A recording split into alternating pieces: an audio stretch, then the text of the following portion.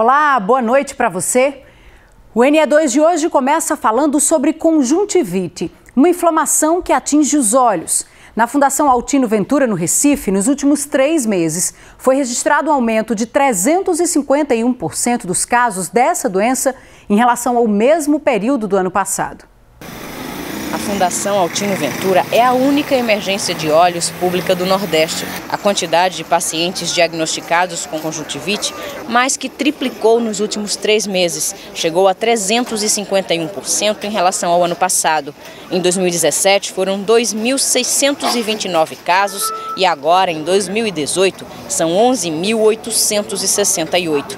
Para prevenir a conjuntivite, o cuidado básico é lavar bem as mãos, já que a transmissão é principalmente pelo contato delas com os olhos. Você tem que tomar muito cuidado quando você coça o olho, sem querer se coçar o olho, você tiver conjuntivite, de imediato você tem que procurar e lavar a mão. Então tem que ter uma toalha de rosto só para você, tem que ter...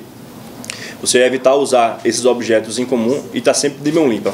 Os pacientes chegam na emergência com olhos vermelhos, acompanhados de outros sintomas. Muito vermelho, coçando demais, ardido, que não conseguia nem dormir. Coça bastante, a sensação de queimou e a intensidade da vermelhidão, né? O aspecto também é muito agressivo. De acordo com os médicos, a doença pode ser viral ou bacteriana, o que muda um pouco o tratamento. Bacteriana à base de antibiótico, a viral a gente pode associar um lubrificante com um combinado um corticóide, um antibiótico para deixar com cobertura se necessário, sabe? Mas a melhora realmente é um quadro autolimitado, ele vai melhorar sozinho e a gente faz medicações para atenuar o quadro do paciente. Ainda falando sobre saúde, hoje a antena da Globo tá assim, ó, na cor roxa. É que dia 26 de março, hoje, é dia de lembrar a importância dos cuidados com a epilepsia, uma doença neurológica que provoca convulsões. Instituições, monumentos e pessoas em todo o mundo estão convidados a usar a cor roxa e a falar sobre o assunto. O Tribunal Regional Federal da 4ª Região, em Porto Alegre, negou hoje o último recurso dos advogados de defesa do ex-presidente Lula, condenado em janeiro a 12 anos e 1 mês de prisão no caso do apartamento triplex. No Recife, militantes do PT e filiados da Central Única dos Trabalhadores, a CUT, se concentraram no centro da cidade para acompanhar o julgamento do TRF4 e prestar apoio ao ex-presidente. Com faixas e cartazes, os manifestantes disseram que Lula foi condenado sem provas e compararam o ex-presidente a Jesus Cristo. O ex-prefeito João Paulo participou da manifestação. De acordo com a CUT, 500 pessoas estavam no protesto. A PM não divulgou a quantidade de participantes.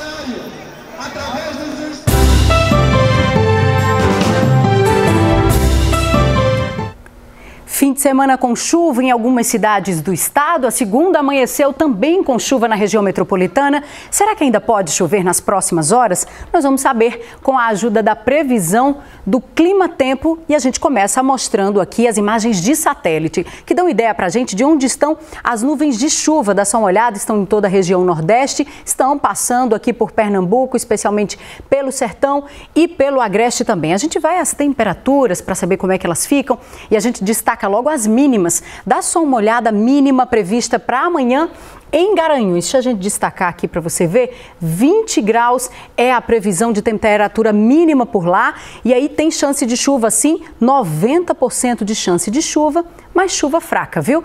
Já a Frânio, dá só uma olhada, no Sertão não tem chance de chover por lá um pingo sequer, 0% de chance de chuva e aí temperatura mínima de 21 graus e máxima de 32. E aí falando das máximas, máxima de 30 graus no Recife e máxima de 27 graus em Carpina. Quase 2 semanas depois do assassinato da arquiteta Maria Alice dos Anjos, conhecida como Baixinha, a polícia descobriu e prendeu o autor do crime. De acordo com as investigações, foi o jardineiro da casa dela. Ele contou à polícia detalhes de como matou a arquiteta. A delegada explicou que desde o início o jardineiro era o principal suspeito, mas a confirmação só veio sexta-feira, quando ela encontrou o celular da vítima com uma pessoa que disse ter comprado o aparelho do acusado. No sábado, depois de mais de 6 horas de interrogatório, Renato José da Silva, de 28 anos, confessou o crime. Maria Alice Soares dos Anjos tinha 74 anos, era arquiteta aposentada e morava nesta casa na rua 13 de Maio, em Olinda. No último dia 13, foi encontrada morta no quintal. Vídeos mostram o jardineiro estacionando o carro de baixinha em 25 de fevereiro, quando ela estava viajando. Em 11 de março, 2 dias antes do crime, ele aparece na rua dela, entra na casa, fica 40 minutos e sai com uma sacola. De acordo com a polícia, ele fez cópias das chaves sem a permissão dela. Renato José da Silva trabalhava para Maria Alice há 4 anos. Usava crack e ela sabia, mas queria ajudar. Maria Alice já estava desconfiada. Objetos da casa começaram a desaparecer. Na véspera do crime, ela prestou queixa na delegacia do Varadouro sobre o furto de alimentos e bebidas. Ela chegou a trocar os cadeados da casa. Só que o acusado entrou pelo quintal e ela, confiando, acabou abrindo a porta. Ela escuta um barulho e aí ela abre a janela. Abrindo a janela, ela olha para ele e diz: agora você vai levar o outro? Se referindo ao botijão de gás. Ele diz: não, mas desce aqui. Aí ela desce. Ela desce, abre a porta e o procura. Mas ele se escondeu e ela pergunta: cadê você? Aí ele aparece. E é na hora que ele aparece que ele alega que deu uma chave de pescoço nela e ela caiu ao chão, com o joelho machucando ao chão. Depois ela começou a resmungar e ele deu uma pedrada e depois o jarro na cabeça de Dona Maria Alice. Um crime bem bárbaro. Por que matá-la, ele disse? Ele alega que o motivo de matá-la foi para que ela não falasse à família e amigos que ele era a pessoa que vinha realmente cometendo esses delitos contra a Dona Maria Alice anteriormente. A delegada disse que vai fazer a reprodução simulada do crime para ter certeza se o acusado agiu sozinho ou se teve mais alguém. No ano passado, foram registrados 5.427 assassinatos em Pernambuco. Os crimes de proximidade foram responsáveis por 20% desse total de homicídios. Esses dados são da Secretaria de Defesa Social. Mas o que é crime de proximidade? Quem explica para a gente é o secretário Antônio de Pádua. Temos aí 20% dos crimes cometidos aqui em Pernambuco diretamente relacionados a crimes de proximidade. Aí entra o conflito na comunidade, o conflito familiar, o feminicídio, o ódio, o crime de vingança, de racismo. Então é um número bastante expressivo para uma realidade de um estado como Pernambuco. Esse tipo de atividade de crimes da comunidade, eles são bastante difíceis de serem evitados. Então a polícia tem investido em polícias comunitárias. Estamos fazendo um trabalho de laboratório em Boa Viagem, na comunidade Entra Pulso, em Caruaru. É um sistema chamado Sistema Koban, que é uma parceria com o governo do Japão, para que a gente tente evitar esse tipo de crime. É um novo tipo de policiamento que já é feito no Japão há mais de 200 anos. O Japão ele tem um índice de criminalidade de mortes quase zero. E eles utilizam esse tipo de policiamento ostensivo nos bairros, nas comunidades, onde o policial ele conhece todos os moradores, ele conversa com os moradores, ele sabe o problema da comunidade e ele vai tentar intervir ali proativamente para tentar evitar não só o crime de proximidade, mas o próprio crime de uma forma geral na comunidade. A Polícia Federal investiga um esquema de fraude na concessão de aposentadorias para trabalhadores rurais em Vitória de Santo Antão. Uma servidora do INSS acusada de envolvimento no esquema foi afastada do cargo por determinação da Justiça. 15 policiais em 5 equipes participaram da operação. Em Vitória de Santo Antão, eles recolheram documentos e outros materiais na agência do INSS e na casa da servidora investigada. Ela trabalha na agência fazendo a concessão de benefícios e é apontada pela polícia como responsável por organizar um esquema de fraudes em aposentadorias. Nas investigações que começaram em 2014, a polícia descobriu que a servidora investigada usava documentos falsos para comprovar que o suposto beneficiário tinha exercido atividade rural e por isso tinha o direito de se aposentar. Hoje, depois da operação, ela foi afastada do cargo pela Justiça e o pagamento das aposentadorias, identificadas como falsas, foi suspenso. O foco da operação são servidores e esses intermediários. Quem estava recebendo os benefícios indevidamente também vai ser apurado qual o grau de participação e principalmente o cancelamento dos benefícios. A servidora do INSS, acusada de envolvimento na fraude, não teve o nome divulgado. Até agora, ninguém foi preso. De acordo com as investigações, o prejuízo aos cofres públicos é de pelo menos R$140 mil. Depois do intervalo, o Rembrandt Júnior já está aqui com a gente para falar sobre o Campeonato Pernambucano. Boa noite, Rembrandt. Boa noite, Larissa. Boa noite a todos. Já já a gente mostra os melhores momentos, a emoção de Náutico e Salgueiro e fala também sobre os próximos confrontos do Pernambucano. O NE2 volta em instantes.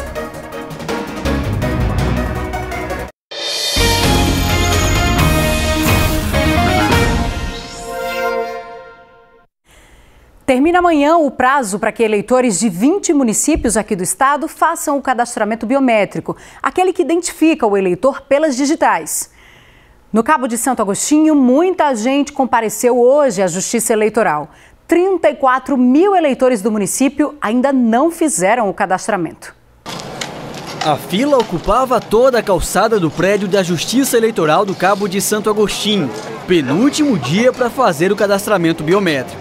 Tem que se apressar porque o prazo termina amanhã. Tem 4 postos montados aqui no Cabo de Santo Agostinho. O do Shopping Costa Dourada, o atendimento vai até as 2 da tarde. Nos outros 3, que foi um montado na Prefeitura, outro em Ponte dos Carvalhos e esse aqui no prédio da Justiça Eleitoral, o atendimento vai das 7 da manhã até as 4 horas da tarde. Foi rápido para fazer? Rapidinho. Bom. Demorou quanto tempo mais ou menos? Uns 10 minutos. Toda eleição que tem eu voto. Porque é o dever do cidadão, né? Votar. Aí eu não perdo na eleição, não perdo não. O Cabo de Santo Agostinho está entre as 20 cidades que vão encerrar o cadastramento biométrico amanhã. No Cabo, 34 mil pessoas ainda precisam fazer a biometria. Quem perder o prazo pode ter problemas. As pessoas que perderem o prazo de fazer o recadastramento, elas terão um título de eleitor cancelado e decorre uma série de implicações desse cancelamento. Não votar, não poder retirar passaporte, não poder matricular-se em instituição de ensino superior. Em relação às pessoas que não fizeram esse recadastramento e tem até amanhã, o que é que pode fazer? Ainda precisa fazer o agendamento? Pode chegar em qualquer ponto desses que está fazendo o recadastramento e já conseguir fazer? Olha, a nossa forma de atendimento nesses 2 últimos dias é um atendimento híbrido, com agendamento e as pessoas que comparecerem diretamente. O número é muito grande, infelizmente o eleitor repetiu a prática de deixar para os últimos dias, mas na medida do possível a gente vai tentar atender a todos que comparecerem. A relação dos 20 municípios aqui do estado, onde o eleitor precisa fazer o cadastramento biométrico, você encontra no nosso portal, o G1 Pernambuco. Hora de falar de futebol com Rembrandt Júnior, porque o Náutico e o Salgueiro garantiram emoção no jogo que definiu o segundo finalista do Pernambucano, Rembrandt. Foi bom o jogo, viu? Bem disputado entre os 2 times. E depois de 4 anos, o Náutico está outra vez numa final de campeonato. E ontem com um componente importante, a presença da torcida em grande número na Arena Pernambuco. 20.446 torcedores fizeram uma festa bonita. O maior público da competição até agora. Não faltou empolgação aí dos alvirrubros. E a galera, olha, promete uma festa ainda maior para a decisão do Campeonato Pernambucano. Em campo, uma vitória de virada e muitas chances de gol, né, Rembrandt? Pois é, o Náutico que teve o controle do jogo em parte da partida apenas. Esse controle aí, mas o Salgueiro, olha só, foi o Salgueiro quem saiu na frente. Nos lances você vai entender aí o desenho do jogo, o que aconteceu, o que rolou ontem na Arena Pernambuco. O Náutico assustou com esse chute do Rafael Assis na trave, mandou bem ali o chute de pé esquerdo, a bola bateu na trave, correu por trás do goleiro e não entrou. E aí teve esse lance de pênalti. Nessa disputa entre o Camacho e o Maurício, o árbitro Thiago Nascimento entendeu o pênalti como pênalti, marcou e Dadá bateu muito bem. Cobrança com categoria do camisa 8 do Salgueiro. Mas olha esse gol, esse lance é incrível, Larissa. O gol contra do zagueiro Luiz Eduardo do Salgueiro. Gol de empate do Náutico. Ele não viu que o Mondragão tinha saído e aí tocou de cabeça, a bola foi na direção do gol. Aí teve na sequência bola na trave, emoção, defesa tirando, torcida vibrando. Essa bola na trave aí do Salgueiro, o Fabiano bateu a falta, bateu no travessão e na cabeça do goleiro do Náutico e foi para fora. Aí no segundo tempo a resposta do Náutico, a virada alvirrubra com o gol do paraguaio Ortigosa. Contou ali com um desvio no jogador do Salgueiro, no Neverton. e mergulhou para fazer o gol. Mais uma bola na trave. Você vê, foi um jogo de muitas chances, né? De muitas oportunidades. Aos 45 do segundo tempo, Camacho. Parecia já estar garantida a presença do Náutico na decisão. Aos 47, Maurício fez esse gol de cabeça e ficou assim mesmo. O Náutico ganhou 3-2 no placar na Arena Pernambuco. Foi um jogo importante, um jogo emocionante entre as duas equipes. E o autor do terceiro gol do Náutico, o zagueiro Camacho, está pregando respeito aí ao adversário da final, viu? Do lado do Salgueiro, Sérgio China parecia consciente do limite do time comandado por ele. Nós sabíamos que ia ser difícil, sabíamos que tínhamos que dar o máximo mais um pouquinho, mas infelizmente não nos deu condição de chegar na final. Nós vamos enfrentar uma equipe muito difícil, a única equipe que nos venceu nesse campeonato, então assim, muito respeito com o Central, comemorar, lógico, essa vitória, mas já realmente está focado que nos próximos jogos que serão muito difíceis e nós estamos aí imbuídos na busca desse título de 14 anos que a equipe está almejando.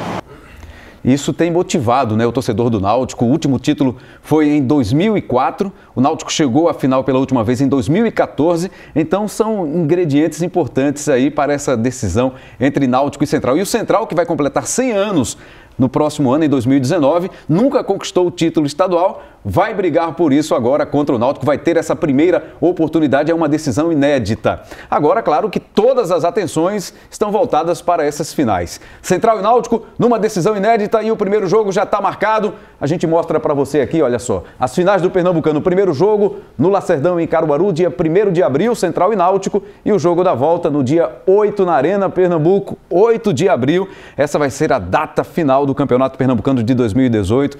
Haja coração e emoção para essas duas partidas, Larissa. Tomara que jogos parecidos com o de ontem, né? Com muita emoção, né? Com emoção, alto nível de futebol. Alto nível, qualidade, isso foi muito bom, foi muito legal. Esse jogo do Náutico com o Salgueiro foi um dos melhores do campeonato, com certeza. E a expectativa é para que os dois jogos entre Náutico e Central também sejam nesse nível, sigam esse nível de qualidade. Confio que sim. Boa noite para você. Boa noite, Larissa. Boa noite a todos. A gente fala agora sobre cinema. Depois de 3 anos em reforma, o prédio onde fica o cinema da Fundação, no bairro do Derby, foi reaberto hoje. Um investimento de 8 milhões de reais. Tá tudo novo nas salas de exposições e de exibição de filmes. Durante esta semana, vão ser exibidos filmes de graça. São filmes do período do cinema novo. E uma homenagem ao jornalista pernambucano Geneton Moraes Neto, que morreu em 2016. Outras informações você encontra no nosso portal, o g1.com.br/pe. Motoristas vêm enfrentando todos os dias engarrafamentos na Avenida Abdias de Carvalho, em direção ao interior do estado. Antes mesmo de pegar a BR-232, que leva ao Agreste, é preciso ter muita paciência no trânsito. E na chegada à BR, na subida do viaduto que leva à rodovia, mais transtornos. Nós vamos saber agora, ao vivo, com a repórter Daniele Fonseca, o motivo desses engarrafamentos. Oi, Daniele, boa noite para você. Olá, boa noite a todos. Movimento tranquilo neste momento aqui na 232. Eu falo ao vivo do quilômetro 8 e você perguntou sobre os motivos desses engarrafamentos que a gente mostrou agora há pouco, Larissa. O DER, Departamento de Estradas de Rodagem, informou que vem intensificando as obras de manutenção na BR. Mas durante esses dias que antecedem o feriado prolongado da Semana Santa, quando a quantidade de veículos é muito maior, os serviços estão suspensos na rodovia, do trecho que vai do início da 232, ainda no Recife, até a altura da BR-408. Esses trabalhos serão recomeçados, de acordo com o DR, a partir da próxima semana. Voltamos com você aí no estúdio, Larissa. Tomara que ajude a diminuir os transtornos aí, essa pausa nas obras, né?